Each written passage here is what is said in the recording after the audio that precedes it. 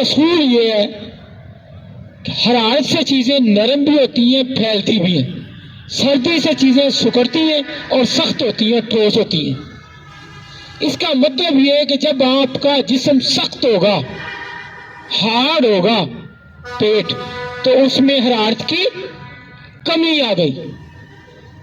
اب حرارت کا جو باڈی کے اندر پورا نظام ہے نا جی، اس کو ہمارا جو گلینڈ سسٹم ہے، غدود جو ہے، وہ سر انجام دیتے ہیں۔ یعنی میٹابولکزم جتنا بھی ہے وہ گلینڈز کے اندر ہے۔ جتنے آپ کے گلینڈز ایکٹیو ہوں گے اتنا آپ کا میٹابولکزم بہتر ہوگا، اچھا ہوگا، اتنا آپ بیماریوں سے محفوظ رہیں گے۔ اچھا، گلینڈز کا جو ہیڈ ہے وہ ہمارا جگر ہے۔ جگر اس میں مین رول ادا کرتا ہے۔ جب آپ کو قبض ہے تو ضروری میٹا آپ کا ڈسٹرب ہو، پیچھے جگر کی کارکردگی متاثر ہوتی ہے۔ جگر اتنا ایکٹیولی فیل سر انجام نہیں دے رہا ہوتا، اتنی اپنی رطوبات پھینک نہیں رہا ہوتا جتنا اس نے ہضم کرنا ہے۔